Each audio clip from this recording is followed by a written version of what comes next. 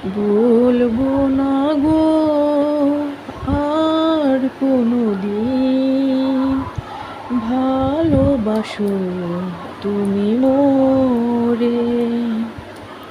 বলবো না গো আর কোনোদিন, ভালোবাসো তুমি মোরে।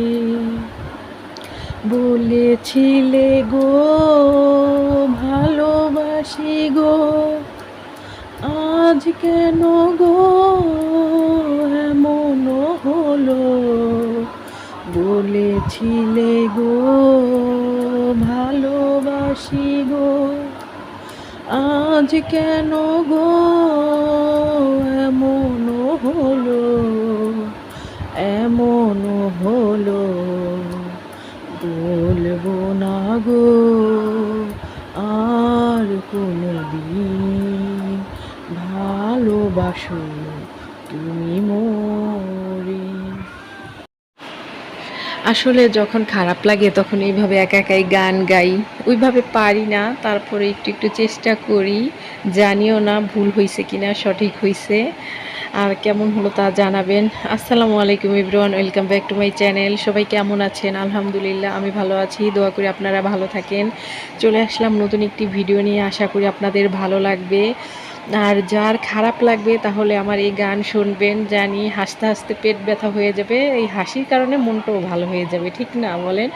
মানুষ নাকি যত বেশি হাসে তার তত বেশি রোগবালাই কমে যায়, মনটা ফ্রেশ হয়ে যায়। আমি যতটুকু জানি ঘোরাফেরা হাসি খুশি থাকলে কিন্তু মানুষের মন ফ্রেশ হয়ে যায়। আর আমাদের মেয়ে মানুষের জীবনটা একটু অন্যরকম, ঠিক না? রান্না বাড়া কাজকর্ম থাকে, এগুলো লেগেই থাকে, অসুস্থতা, বাচ্চাদের পালা। আসলে আমি যখন একা থাকি আমি নিজে নিজেই ভাবি আসলে আমাদের মেয়েদের জীবনটা এমন কেন। মেয়েদের জন্য না, আসলে আমি একা একা ভাবতে গেলে আমার খুবই কষ্ট লাগে যে তাদের জীবনটা আসলে কেমন জানি। একটা সময় বাবার কাছে, একটা সময় স্বামীর কাছে, একটা সময় সন্তানের কাছে, পুরাই জীবনটাই কেমন যেন অন্যের উপর ডিপেন্ড হয়ে থাকতে হয়। এটাই সত্যি। আমাদের নিজেদের ভালো লাগা খারাপ লাগা কিছুই থাকে না আসলেই। কারণ কি, খারাপ লাগলো এই রান্না বাড়া সংসারের কাজকর্ম সব করতে হয়, মনে হয় যে অসুস্থ হলেও এগুলো করে তারপর অসুস্থ হয়ে শুইতে হয়, মানে এমন একটা অবস্থা। ভাই আজকে অনেক ভারী ভারী কথা বললাম, কেউ কিছু মনে করবেন না, আর ভুল ত্রুটি হলে অবশ্যই ক্ষমা করে দিবেন।